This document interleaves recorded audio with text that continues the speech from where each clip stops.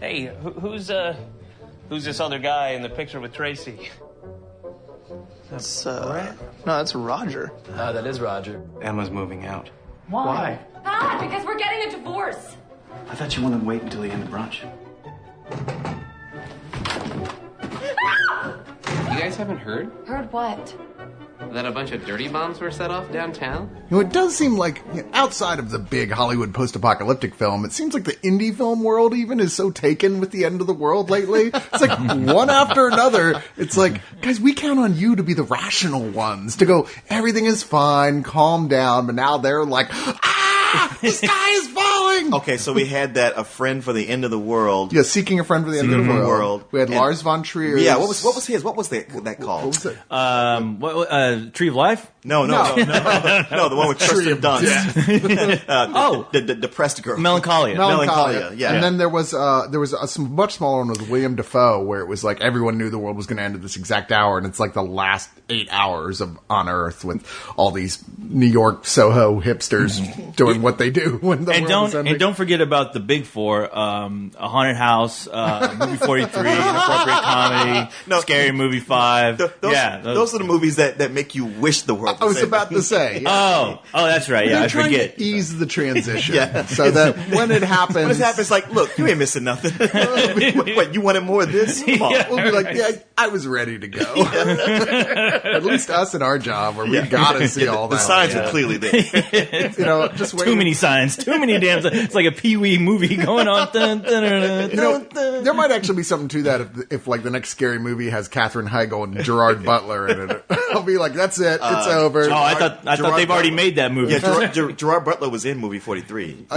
That's true. He was. If it had had Katherine Heigl, that would have definitely. The Mayans would have been like, I told you. Her whole career is a movie 43. But this film, it's a disaster. 2012, originally released at festivals. It's like it's definitely an indie film. It's definitely an art house film. It's described as an art house black comedy. Yeah, and I didn't see any black people in this.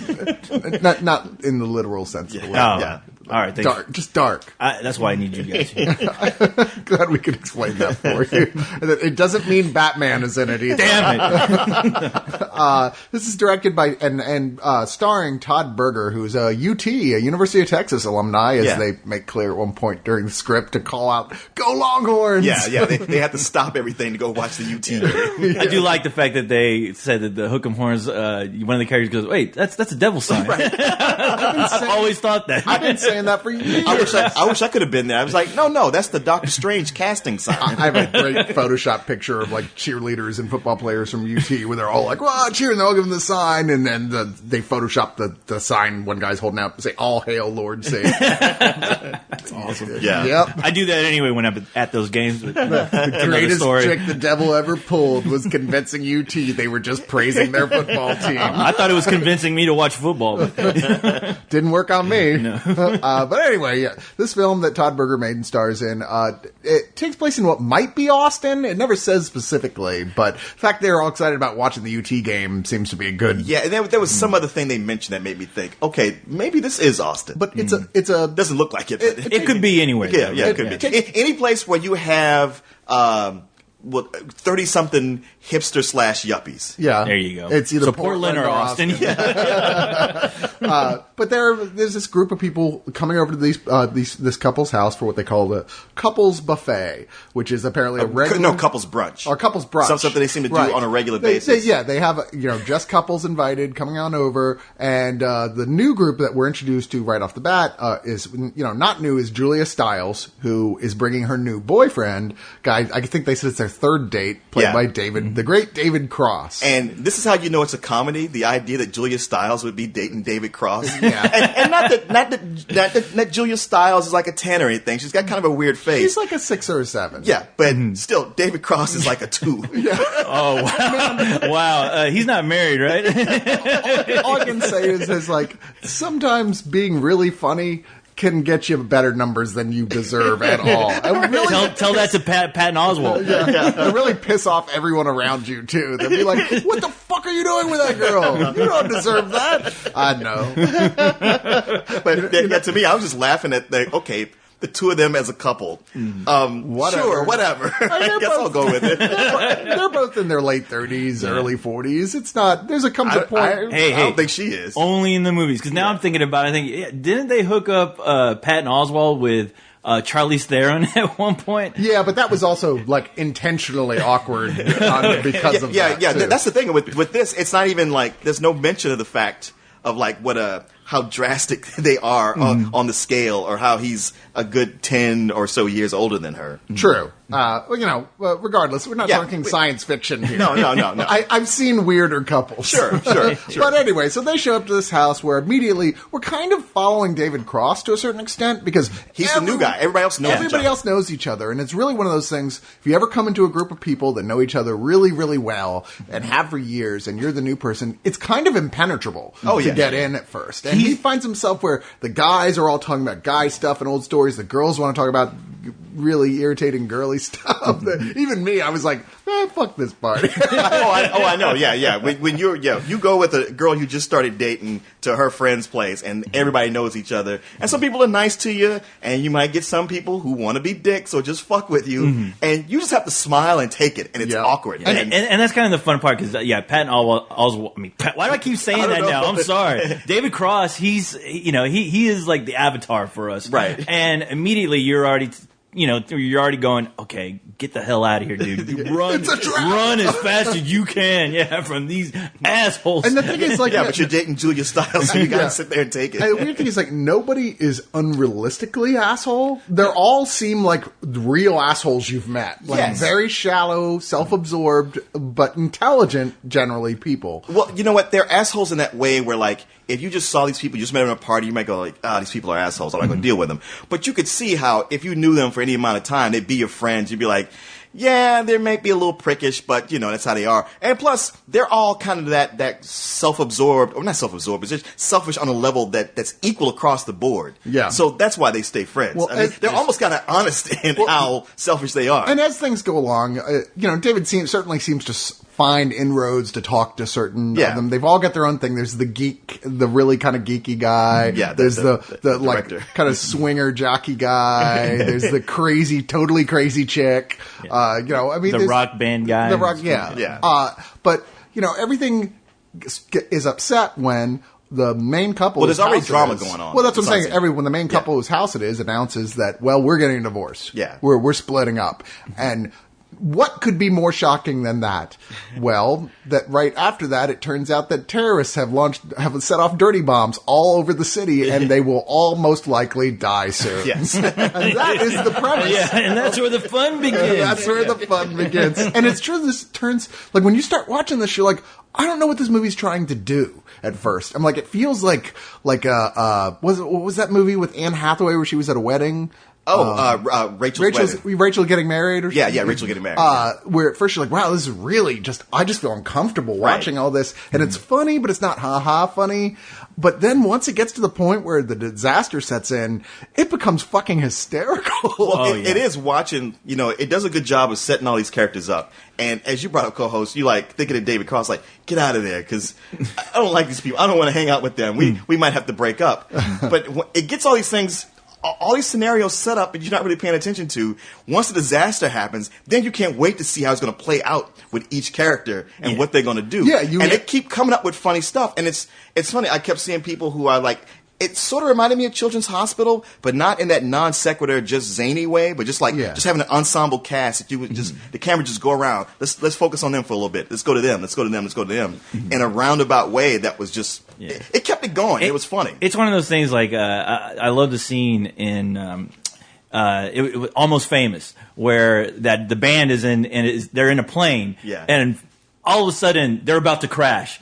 And they just start dishing out all their bullshit, all their dirty secrets that they've kept from each other. And this is the sum of that movie, pretty much. I mean, this is that and so much more. Especially with all these couples that you're introduced to, you really start to learn their deep down dirty secrets about each other. And for some reason, it's like watching a more sophisticated Jerry Springer. And I found myself going, I like this, especially when you're hanging out with David Cross, where you're like, okay, this is the guy's experience. Like, he's learning all these things. People are interacting with him in the worst way from the get go. But once this disaster happens, you really see how they all really truly treat each other, and they start questioning like, why do we even know each other? And I love that. I love that idea. That there are all these hidden betrayals that have been going on just barely under the surface all this time. And I love the fact that it really pulls up how incredibly shallow each and every one of these people are. Even David Cross himself, as the movie turns on the audience completely. And I was like, I didn't see that coming, did you? And he plays it so great. It's so pitch perfect. I mean, at first I was like, this seems like an extension of the character he was playing on Arrested Development for a second. But I liked how he just watching him, his motivations, the way he was treating this whole situation, I couldn't help but just go, man, I have a feeling that's the guy that you were like, oh man, this guy is safe. He's somebody, but there's something about him that, is so unexpected that I really dug it. Well, it is the kind of thing because they all have all this history. It's a lot of it is the playoff between them. Like, this disaster's coming and they're doing all this. And he's like the one guy who's like, I don't care about that bullshit. Yeah. Let's get a flashlight. Let's get a radio. Yeah. The rational thinker. Let's hope that a thunderstorm comes or something and blows all this smoke away, because otherwise we're all going to fucking die if we don't stop arguing about stupid shit. And while that's going on, I love the fact that there's the nerdy guy who's trying to bring in all his nerdism into the situation, wondering mutation. How is it possible? How can he get superpowers and shoot laser beams from his eyes? That's funny. Like, of all those characters, as shallow as they were, like, he ended up being the guy that I hated the most. Wow, you are a real prick. Wondering if the terrorists are actually terrorists or from another planet. Shut up.